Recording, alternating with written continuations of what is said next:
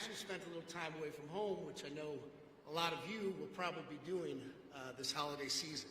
Thanksgiving, Christmas, I spent 2 Christmases in Iraq and another Thanksgiving, and I only say that I don't think you understand sometimes how much you affect everyday people, not just by your service to our country, protecting us, and everything else that you do unselfishly, but personally speaking, my son was very young. I was a single father.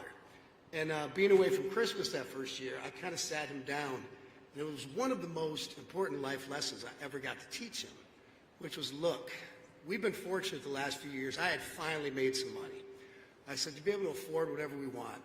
I said, I've been asked to go entertain some guys and girls over in Iraq this Christmas. So we're not going to have a lot of presents this year. I'm going to be gone, but I'm going to go be with people who can't be with their families as well. And I think that's really the spirit of Christmas and the spirit of our country. And I'm proud to say he's 32 years old now, happily married. I have 2 grandchildren, and he couldn't come today because he's working. He has 2 jobs. So I just wanted to say thank you again, because it's people like you that I was able to teach him that lesson. Now also, like I said, I'm 54 years old, and I see a lot of young faces around here. And I was thinking on the way up here, I thought about the first time that I realized I was old. And I'd like to share that story with you because, make no mistake, everyone in here is going to have this moment. And it's a moment. It happens once. And it's probably 12, 15 years ago, maybe in my early 40s. I was in Malibu, California with a very, very good friend of mine. We're sitting in a little lunch spot having a beer and having lunch. And this very pretty young girl came over. And she said, oh my God, Kid Rock. And she was with her friend. And she said, can I have my picture made with you? And I kind of, winked at my buddy. I'm like, yeah, motherfucker. Yeah, Grandpa's still got it, right? I'm like, and I kind of made a whole to-do out of it. I said, you know what, why don't we go outside, man? Get better light out there with the sun, this, that, and the other. So I'm standing there with these 2 very pretty young ladies, hamming it up in front of my buddy. And they were kind of nervous, and I kind of like to break the ice. And I said, so how's it feel to have your picture made with Brad Pitt? And my buddy, he's like, yeah, Brad Armpit. So I'm like, blah, blah, blah. We break the ice, take the picture. The young lady looks at, there was a phone at the time, one of those flip phones. And she looks at the picture and she goes, oh my God, my mom's gonna shit. And that's how I knew I was old for the first time. So, but that's it. I'm just here to wish everyone a happy Thanksgiving. Thank you tremendously for your service, especially those that can't spend it with your loved ones this year. Now I'm so proud to bring up a man who's also served in our military in the Marines. I know it's not a day for politics, but I do hope to call him our 48th president one day. It's so nice to have people like him who are just down-to-earth, normal in office. And I can't stress that enough, having been in and around politics quite a bit. And, I've been privileged to spend time with pretty much every president since Carter, just a normal human being. Whether your politics align or not, he's just a good, normal guy. And I know he fights for all of us here. And like myself, I don't think it matters your political affiliation. We all support our troops, and we are, once again, tremendously grateful for everything you do.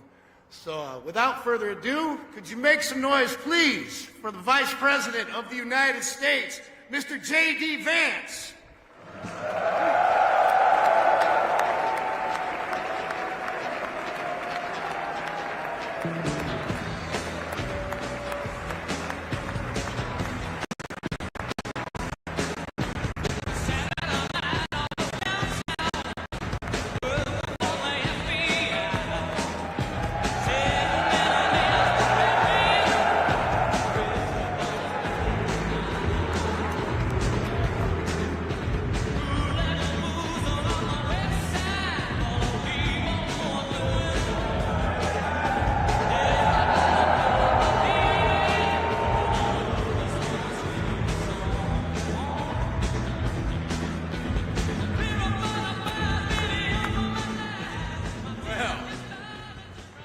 Great to be here in beautiful Fort Campbell, Kentucky, and let me just say,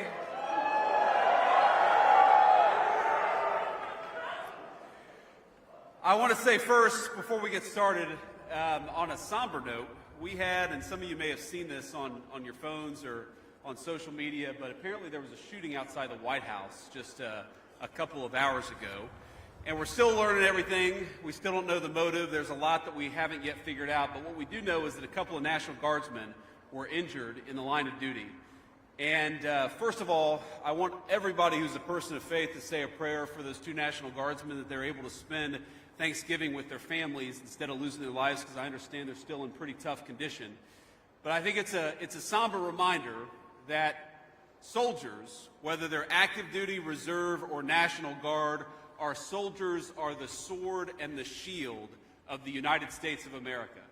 And as a person who goes into work every single day in that building and knows that there are a lot of people who wear the uniform of the United States Army, let me just say very personally, thank them for what they're doing. We're grateful to them, and we're praying that they're going to be safe and they're going to spend Thanksgiving with their families. God bless them. Now, I'm going to talk a little bit about the business of the Army and about what you're doing and about why it's important to the United States of America and why we are proud of you, every single one of our soldiers here in Fort Campbell and all across the world. We have got some incredible guests here to honor this moment, to honor you, to say thanks to so many of you for spending time away from your families here this day before Thanksgiving. And I want to give just a few shout-outs to some of our special guests before we get started. First of all, to General Travis McIntosh and Command Sergeant Major Charles Walker, thank you guys for leading this incredible facility, and thank you for serving in the United States Army and making us proud. Where are you guys? Please stand up and be recognized. Thank you all.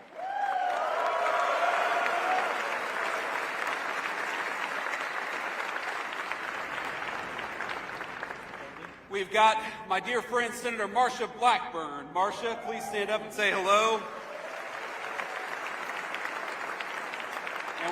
And we also have Congressman Rose. Where is Congressman Rose? Please stand up. Thank you, Congressman. It's good to see you. Now, I've got to, of course, thank my dear friend Bob Ritchie. You better know him as Kid Rock. But I want to say to my staff, I gave them one instruction, and that's that I don't have to follow a literal rock star before I give a speech. And they screwed that up the day before Thanksgiving, so every single one of them are fired. But thank you to Bob Ritchie, Kid Rock, because he's not just a great musician, he's not just a great American, he is a person who loves the soldiers of the United States Army, and we are proud and grateful for Kid Rock for being here today. I want to take another few moments and just say thanks to Major Josh Wilcox, Master Sergeant Aaron Duhacek, Mr. Jim Parks, Major Rob Wright, and every single soldier who made it possible for me to come and visit. Now, I won't say that the weather is cooperating because it's windy as hell and it is cold, man. It is cold up here. My staff told me to wear a jacket, and I said, nah, I'll just be fine. And here I am 2 minutes in, wishing that I had listened because it is really freezing cold up here.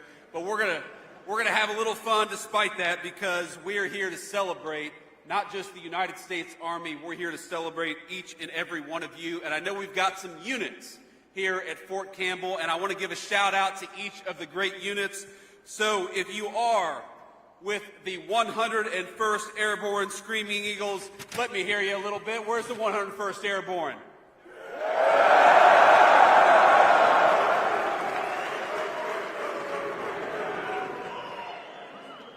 That was pretty damn good. It's pretty damn good.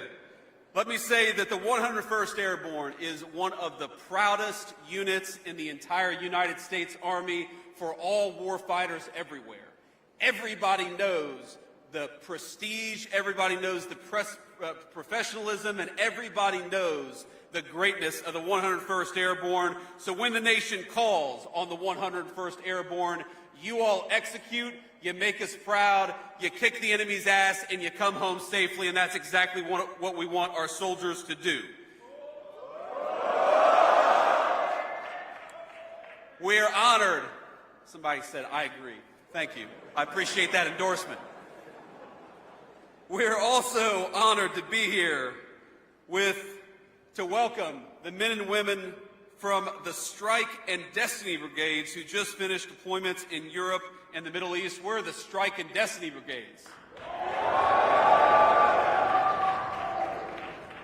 I want to say to those of you who are here for the first time back home in a few months, we're proud of you, we're grateful to you, and from the Vice President of the United States, welcome home. We also want to recognize the Legionnaires. Where we got some Legionnaires at?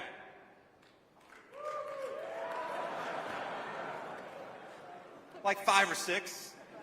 We got some Legionnaires. How about the Night Stalkers of the 160th Special Operations Aviation Regiment? We got some Night Stalkers out here? A few? Like 3. They're all working right now. And I also want to give a shout out to the 52nd Ordnance Group, members of the 2nd Battalion, 44th Air Defense Artillery, the men and women who run the elite training schools here, and many, many more soldiers who make this one of the proudest military installations anywhere in the United States Army. And I want to tell you, just give you a message from the President of the United States. I know he couldn't be here, but the President is proud of our soldiers, and he's proud of every single one of you. So from the President of the United States, he just wanted to make sure that you knew he wished you a happy Thanksgiving, and he's grateful for all you do. Now, I'm proud and happy to serve with a lot of very good people. And one of them is my dear friend Dan Driscoll, who's the Secretary of the Army. Dan is doing a great job. And I also want to give a shout out to our incredible Secretary of War, Pete Hegseth. I think he's doing an amazing job. And you know, Pete gave a speech at Quantico, which is a Marine base. Don't hold it against us. But he gave a speech in Quantico a few months ago that I think is one of the best speeches that I've heard about the United States military. Because he was talking about the incredible esprit de corps, and he was talking about the importance of holding the United States Army and all of our branches of the military to the very highest possible standards. And I listened to this speech, and I'm thinking as I'm watching this speech, man, Pete, this is a hell of a speech. This guy is one amazing orator, and he was talking about the importance of military standards. He said, and I'm going to quote here from his speech, "The new War Department golden rule is this: do unto your unit as you would have done unto your own child's unit. Would you want him serving with fat or unfit or undertrained troops, or alongside people who can't meet basic standards?" He was talking about the importance of bringing the highest standards possible to the United States Army. And I hear Pete saying that, and I'm like, hell yeah. That's exactly what we want out of the United States Army. I see a lot of you nodding your heads. And then he talks about the importance of this job and why we have to have the very best people doing this job. He says, because this job is life or death, standards must be met, and not just met at every level. We should seek to exceed the standard, to push the envelope, to compete. And this means that the War Department, first and foremost, we must restore a ruthless, dispassionate, and common sense application of standards. And I'm like, man, this is awesome. We're talking about bringing the highest standards in the world to the very best United States Army. I'm ready to run through a wall with this guy. And then Pete goes, no more beardos. I'm like, what the hell is that all about? He's talking about me. And I said to Pete afterwards, I was like, man, you had me. This whole speech was amazing. But you know what? The point is here that we believe in you so much. We believe in your mission so much that we know that you guys can meet the highest standards in the world. And when you look to your left and to your right, we want you to know that you're serving with the very best and the very brightest this nation has to offer. Before I came over here, I was at the chow hall, and we got to serve some food to the soldiers there. And I was talking afterwards, just sharing a meal with a few of the soldiers. And a guy said to me something really interesting. He said that 250 years ago, when the Army started, there was a Prussian military leader who came over and helped train the very first United States Army. Because, of course, back then, we didn't have very many military experts in our country. We were still in our infancy. And what he said was very fascinating. I think the guy's name, he said, was von Steuben. Von Steuben said that it was only the Americans who just didn't need an order, but also needed to be told why they were doing what they were doing. And I thought that was a fascinating insight to the soldiers of 250 years ago and a fascinating insight to the soldiers of today.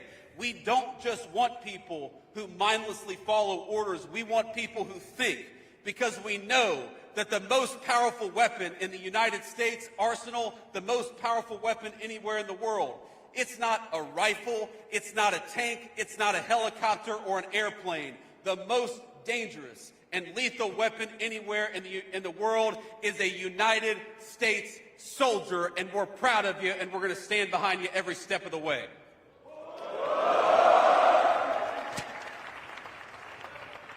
And with that basic mindset of not just telling you what we need you to do, but why we need you to do it, I think you all should expect from your military leadership, from the president on down, you should expect us to explain what it is that we're doing and why we care so much about it. Why do we care so much about high standards?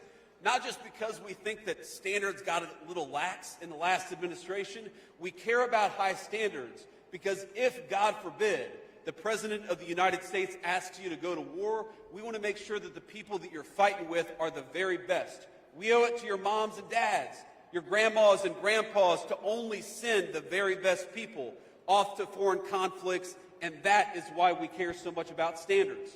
You've heard our Secretary of the Army, our Secretary of War. You've heard the President of the United States. If you've listened to anything that they've said over the last few months, they talk a lot about preparing the Army and the whole military for the age of modern warfare, because it's changed a lot. We've got drones now. We've got cyber warfare. We've got satellites in space that are as important to the modern warfighter as anything, as any rifle or tank or airplane was 20 or 30 years ago. Now, yeah, of course, we still got a lot of tanks. We still got a lot of rifles. We still got a lot of the things that we've always had. But in this new generation of warfare, we need to give you the technology and the training to be the very best. And we know that you are the very best, but part of training you to be the very best is to make sure that you have the ability to use the modern weapons of warfare better than anybody else. When we look at the battlefield of the future, when we look at the next war, God forbid, if we're called on to fight it, it is going to be, if anything, a war up here as much as any other conflict in the history of the world. If you look at what's going on in Russia or Ukraine, or you look at what's going on in some of our counterterrorism missions, or you look at what could happen in the future in the next military conflict, it's not going to be the war that we fought 20 years ago. It's going to be a much different war. And one of the things I want every single one of you to know is that the President of the United States has given us a very simple mission, that we have got to equip you with the resources, with the training, and with the equipment to win the battle of the future. Now, I happen to believe that one of the mistakes that we made in this country, and let's be honest, it wasn't just Democrats, it was Democrats and Republicans, is that we were far too willing to send the bravest people in the world, our best natural resource, you all, the young people who put on a military uniform and are willing to fight and die for their fellow countrymen. We were too willing to send you off to battle without a clear mission, a clear definition of what you were supposed to accomplish. That was the mistake of Democrats and Republicans. It is the great stain on the political leadership of this country that we had the best troops in the world, and very often we went and sent you off to battle without a clear mission. And that is something this president and this administration is never going to do.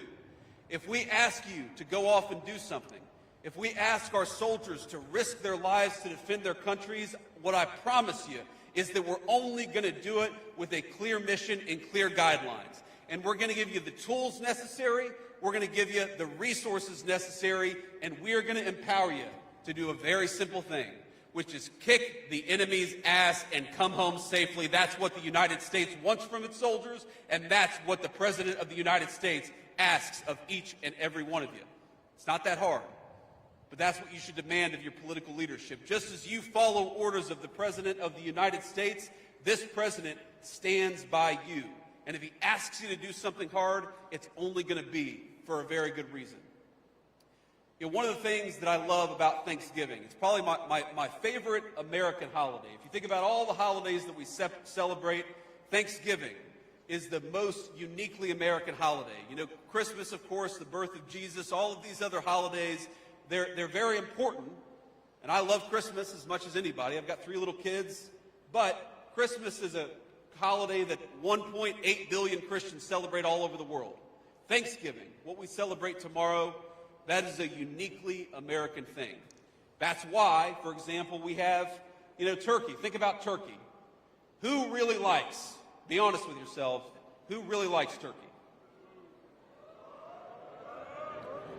You're all full of shit. Everybody who raised your hands. I know. Think about it. And here's how I know that every single one of you who raised your hand is lying to me. How many times do you roast an 18-pound turkey just randomly? Just, a nice summer afternoon, we're going to go get an 18-pound turkey. Nobody does it because turkey doesn't actually taste that good. But on Thanksgiving, on the most American holiday, I got a fan over here. On the most American holiday, we're going to cook a turkey, by God, because that's what Americans do. We cook this gigantic American bird, and we do all kinds of crazy things to make it taste good. I talked to a soldier today who she said she's going to deep fry a turkey, and I'm actually going to deep fry a turkey myself tomorrow. And look, here's the thing. If you've got to deep fry something to make it taste good, it probably isn't that good. That's a pretty good rule of thumb when it comes to food. Chicken is good all the time. Chicken is good when you deep fry it, but it's also good outside of it. But here's the thing about Thanksgiving. It is so American because at the heart of it is the spirit of gratitude. And I know that every single one of you has something tomorrow to be very thankful for and to be grateful for. And that's what I think, really separates. People ask me all the time for advice. And the only piece of advice I can ever give that I think is true for every single person in every circumstance is that the happiest people that I've ever met, the most successful people that I've ever met, they live their life with a spirit of gratitude. They recognize that they would not be there but for the grace of God and a lot of great people in their lives. And so if I may, as your vice president, that's the one piece of advice I want to give to you on this day before Thanksgiving is to live your life in the United States Army, to live your life everywhere with a spirit of gratitude, to recognize that you wouldn't be wearing that uniform were it not for somebody in your life who loved you and cared for you, that you wouldn't have this incredible opportunity to serve the United States. And yes, it's tough.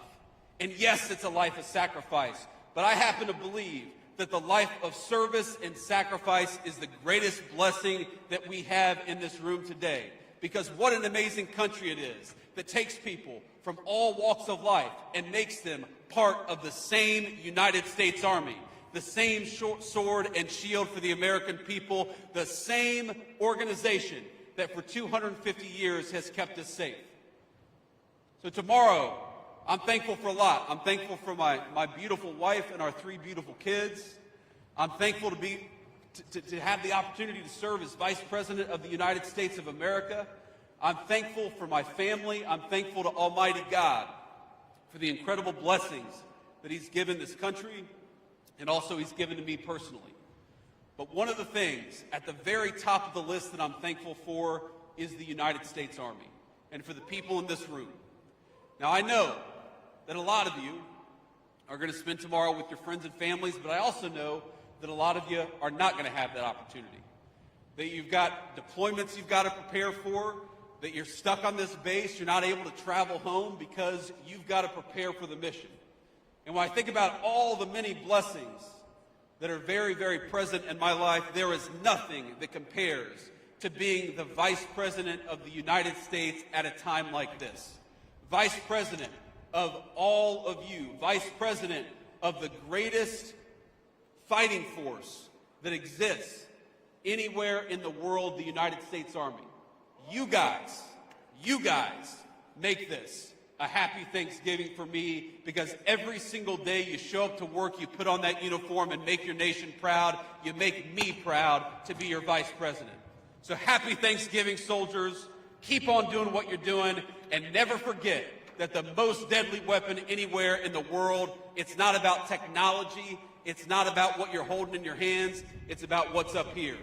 You are the most dangerous weapon anywhere in the world, and America is counting on it to keep us safe. Happy Thanksgiving, soldiers. Thank you for having me. God bless you.